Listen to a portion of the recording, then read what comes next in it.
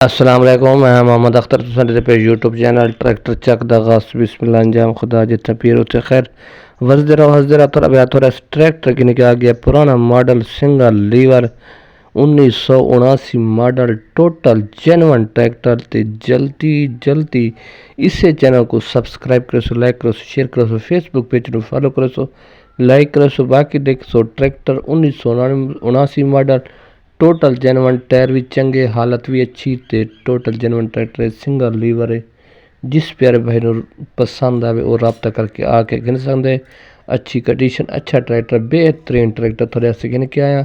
Video मुकम्मल दे सकते तो लोकेशन भी दे सकते, नंबर भी दे सकते, कीमत भी दसा दे नाल ते प्राइस कमी कीमत ना दे सकते। ट्रैक्टर ते माड़ी गार्ड देख सकते वे, पिछले टायर चेक कर सकते वे, बैक साइड चेक कर सकते, बिल्कुल बेदाग टायर है। हांडा टूप इंजन गियर सा पूरा उसी मैकेनिकल चंगा उसी कीमत थोक दसे ट्रैक्टर तुम पास आवे तुसा आके गिन सकते वे।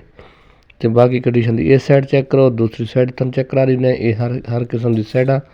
कंडीशन अच्छी दे हर अपना रंग दे हालत अच्छी है तो सेल्फ स्टार्ट है। ट्रैक्टर चंगा है 1979 मॉडल है पक्का सिंगल लीवर है ट्रैक्टर। तसली ना देख सो जिस भाई पास आवे और रब्ता करे वो आवे तो घिन वने।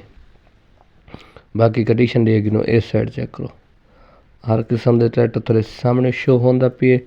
जिस प्यारे भाई पसंद आवे उसकी कीमत बिल्कुल मुनासिब करवा रहे सा। ट्रैक्टर की हालत इस साइड चेक करके दूसरी साइड चेक करो, ये ट्रैक्टर की हालत इस साइड चेक कर सकते। कंडीशन अच्छी दे कीमत थोड़े सारी ना लोकेशन भी सारी ना।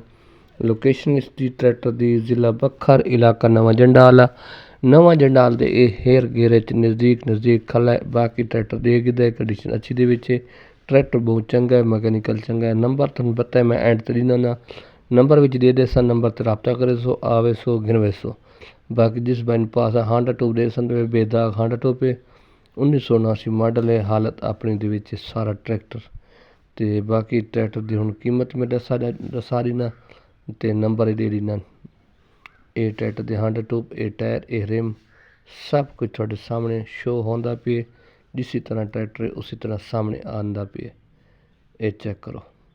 हुण कीमत की गल कराएं तो कीमत इस ट्रैक्टर की माल जी करेंदा पे 6,80,000 6,80,000 कीमत है।